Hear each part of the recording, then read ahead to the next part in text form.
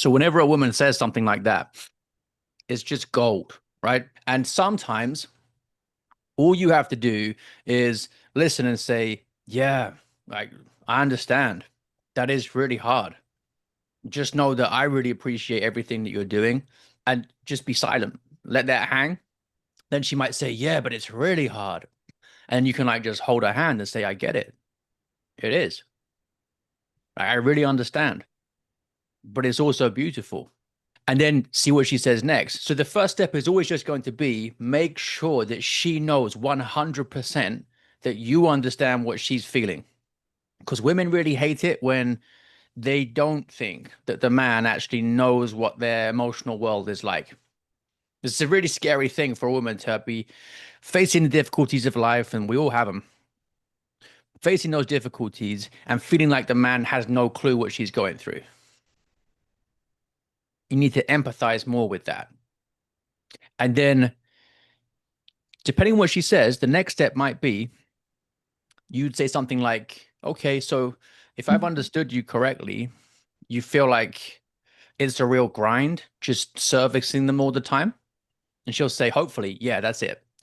And then you could be like, well, I can see why you'd feel that way because it is kind of 24/7 care.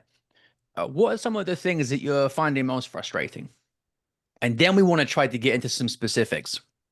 And she might say, it's the bedtime routine, or it's the cleaning up after meals, or it's the crying, or it's never having 15 minutes to myself throughout the day just to go on Instagram or talk to a friend. Okay. Kind of varies depending on the woman. And some women have got very different stress tolerances from each other. Some women might have a stressful couple of hours with the kids and really benefit from like a half hour bit of downtime where the husband or a relative or a friend or whoever just takes the kids for a bit and she just literally goes on her phone and scrolls Instagram or something. And it looks like it's kind of pointless to the man, but to Yeah. the woman, it's exactly what she needs just to calm her nervous system down. And it actually helps her be a better mom. Okay. So a lot of that is just knowing your wife's psychology, how anxiety and stress affect her, how fatigue affects her, and then just saying, well, okay, what sorts of things could we work on together so that the worst bits of this grind that you've described can be alleviated a bit, right? Now, personally, I like taking the approach that there is always some kind of cross to bear. And there's always hard. We're not going to take the hard away, but we can work together, you and your wife, to show her that you're with her to try and make that hard stuff more manageable. But like the fantasy of a completely stress-free way to raise toddlers, no, that's silly. She wouldn't even want that, I think. She would recognize that there's something important about the struggle, about the sacrifice, but it's got to be you two doing it together rather than her feeling like no one sees it, no one's grateful, no one's there to give her some help when she really is struggling. Maybe ask her, when we look at your week, all 7 days of it, are there any particular like pinch points or pressure points for you where you feel like just being able to do that for like a 15-minute coffee break, like a worker would have in an office?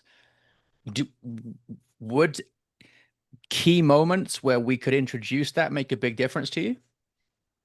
And she might say, yeah, here, here, and here.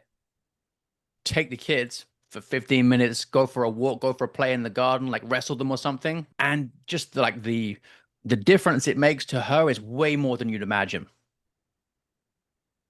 And you're actually stopping the snappiness, you're stopping the bit that you see before it even starts. Most of the time, it's simple things and then doing them consistently. And that builds the reliability, builds the trust. And I call it like not running wives in the red, like on a car engine with the RPM. You don't want it in the red because you can damage the engine. A lot of guys just have their wives in the red zone like for years.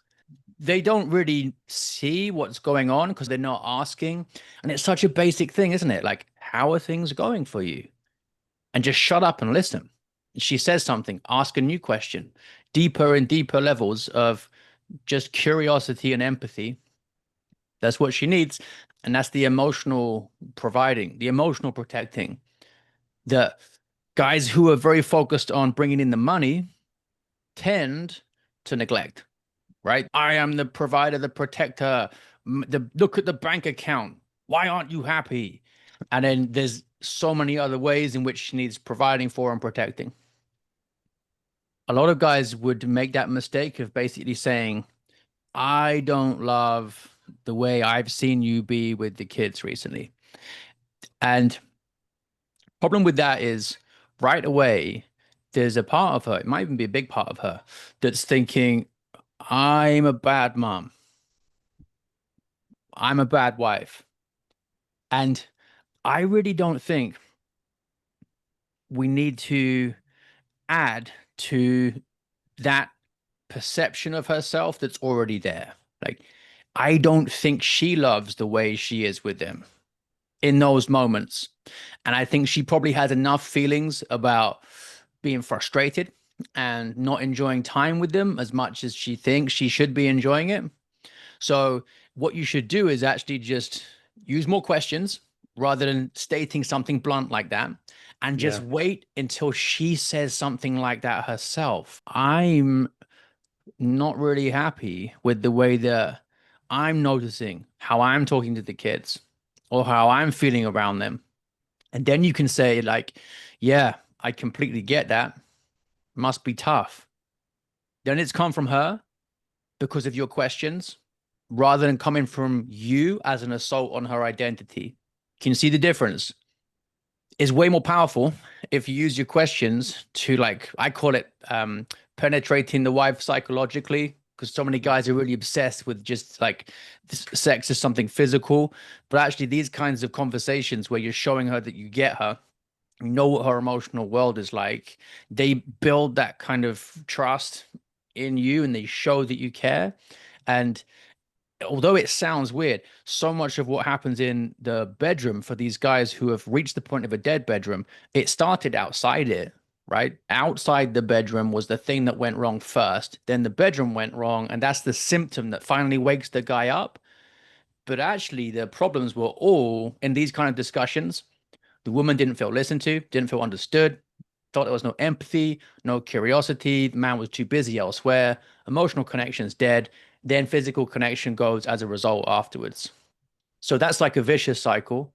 What you're going to make here through the way you're talking to her is the virtuous cycle, right? So she will actually feel like it's an attractive thing about you as a man that you're able to help her clarify her thoughts, really see what she's going through, and then help her to, in some cases, not all, some, figure out some good solutions that bring a lot of benefit to her life. So don't say it.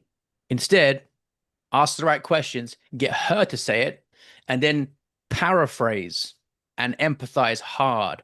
So when she says it, you can be like, ah, right. So am I right that what you're saying is that you don't love the way you are with them often? And she'll be like, yeah. And then you got there in so much of a better way than you just saying, I don't like the way you act around the kids. You have to like coach your wife. That's your Hmm. role as the leader, because that's all it is. Influence. Leading is influence. You have to coach her every day for the rest of your life till death do you part. That's your role as the leader. You're your wife's coach. Adam being too passive, God tells him, look, because you listened to your wife, right? You inverted it. She was the leader. That's exactly it. And guys are always like searching, Googling like how to be more masculine as if there's some secret set of tricks. It is just through being a good husband and father, doing the duties of your position well, that you grow in virtue and then you become more masculine as a byproduct of that. So it's work on the fundamentals of your station, husband, treat your wife generously, honorably. All those things are ways in which you're going to grow in virtue and masculinity just by doing them. So, you hear like in business, the work works on you. And it's the same thing. Being a husband too, being a father, like the work you're doing works on you, and that's how God is going to use that particular role you have to sanctify you, to make you better. Because that's literally it. That's your vocation. That what that means is this is the road that you and your wife are going to walk on together, hopefully doing it well, being receptive to grace, all the rest of it, to get to heaven. That's what your marriage is for. Hmm. Guys really need a mission to be Yeah. excited about, no matter how hard it is. And sometimes the harder, the better. And it is really hard being a good husband and father. It's kind of a insanely tall task. Luckily, we've got God to help us do it. Otherwise, none of us would have a chance.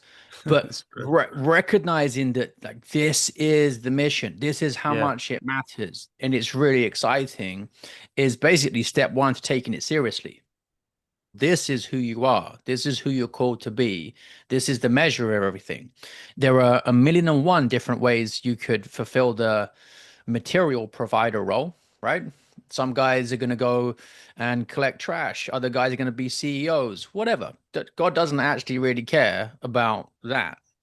It's not going to matter in the end. Sure, you have got particular gifts that suit you to specific roles, and you might be of more benefit to society in some roles than others. So everyone has some sort of fit for them. But really, the point of it is, yes, you benefit society and you provide for your family, but your most important work is actually in your marriage and your family. I always go back to the Catechism of Trent when Mm. it explains the duties of a husband. Sentence one: the husband has a duty to treat his wife generously and honorably. Generously, honorably. If you just stay focused on that one sentence, it's a lifetime's work to actually understand it and do it on all the different levels. That's it. That's what we're doing here. The husband has a duty to treat his wife generously and honorably.